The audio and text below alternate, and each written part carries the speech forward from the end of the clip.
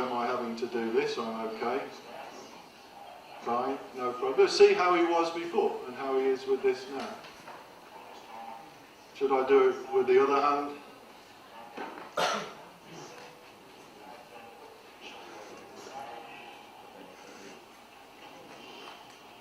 And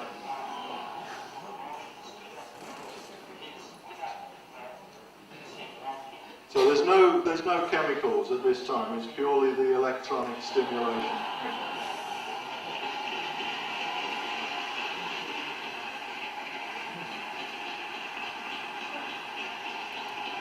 Now this shows us the power of electronic implants in a very fundamental way as far as the human brain is concerned.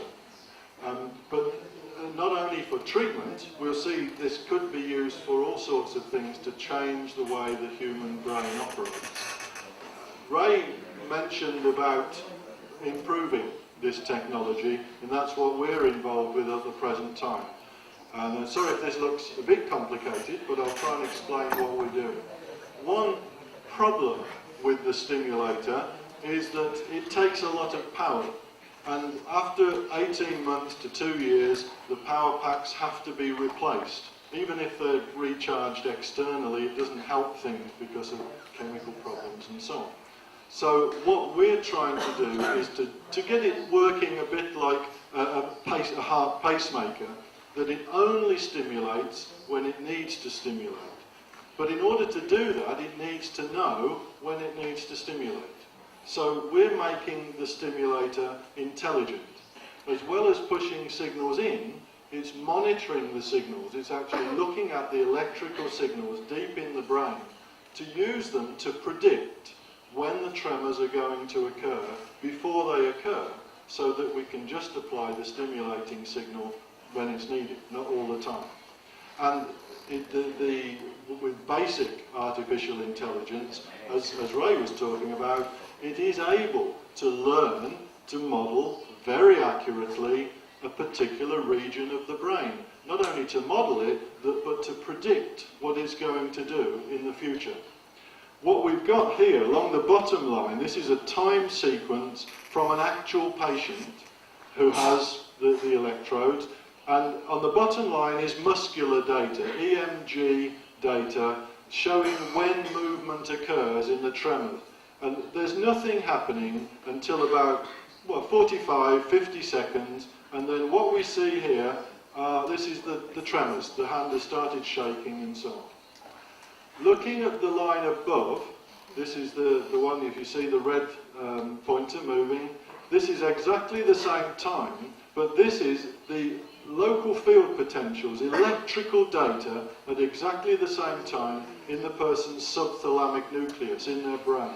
If you look at that, maybe you can see that the variation of it seems to diminish a little bit when the tremors occur. It's as though the electrical activity drops a little bit when the tremors start. In some patients, this signal seems to drop. In some patients, it goes the other way. It's as though there's perhaps different types of Parkinson's disease.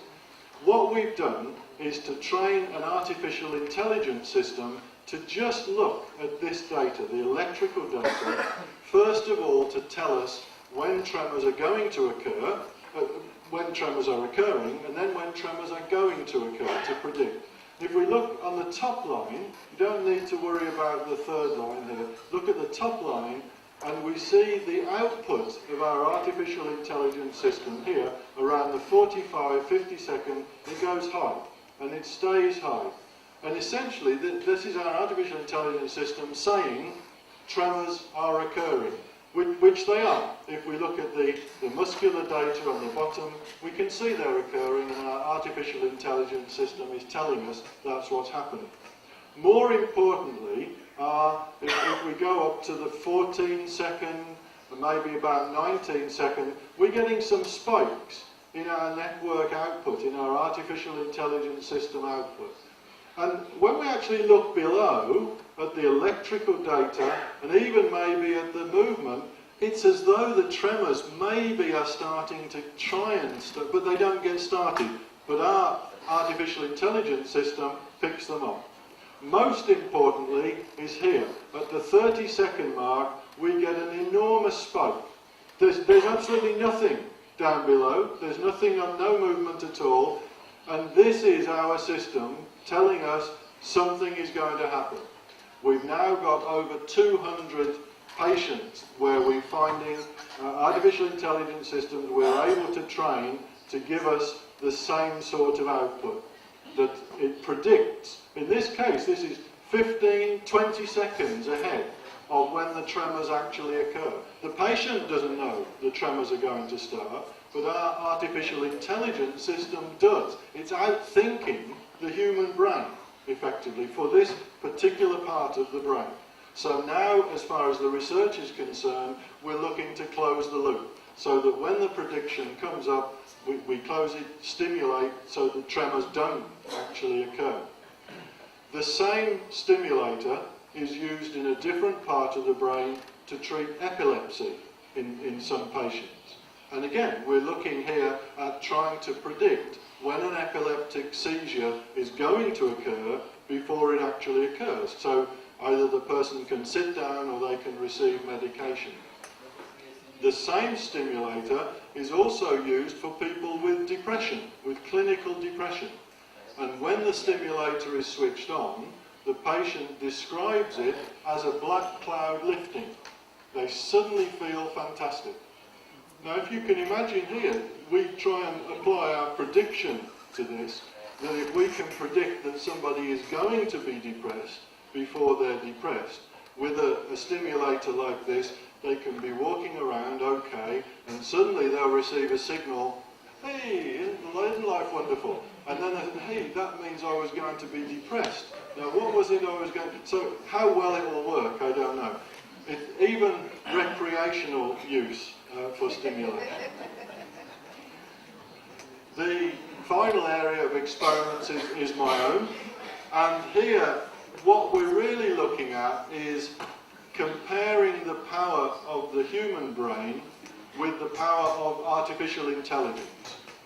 Ray earlier pointed to how inefficient the human brain is at doing calculations, mathematical types of calculations. In the time it takes our brains to do one calculation and probably get it wrong, a standard personal computer will have done thousands, if not millions, of calculations, all accurately. Big advantage if you are a computer. But there are other advantages. One is memory. Again, our memories, I think Marvin Minsky at MIT has said if you live to be 100, your entire memory you can download onto one single CD. Clearly nowhere near as good as a personal computer nowadays. When we look at other things, Ray talked of three-dimensional understanding, but we know even now that computers can deal with many more dimensions. They do. Some of you probably are using computers to deal with hundreds of dimensions of data. Well, now, what we're here, if we can take some of those advantages, the mathematical calculations, the memory, the multi-dimensional understanding, and link it directly, link the computer directly to your brain. So you don't have to operate it separately. You can just think and interact with it. Then some of those advantages could be your advantages. You upgrade, you enhance your capabilities by linking your nervous system, your brain, directly with a computer. This is Campbell Ed. He lost his arm due to cancer, and he's been given this robot arm. And one of the things here, if you see him flicking there he is, flicks a switch in order to control the robot hand. And he'll do it again to move the elbow in a second. There we go, flick the switch and the elbow moves. Which is great. From a therapeutic point of view, it helps him at least to move his arm and so on, which he didn't have an arm. But to me it seems a bit silly that he's got this robot arm, but he's having to control it with his good arm. What would be much better is if he could just control the robot hand directly from his brain, from his nervous system, as though his hand is the robot.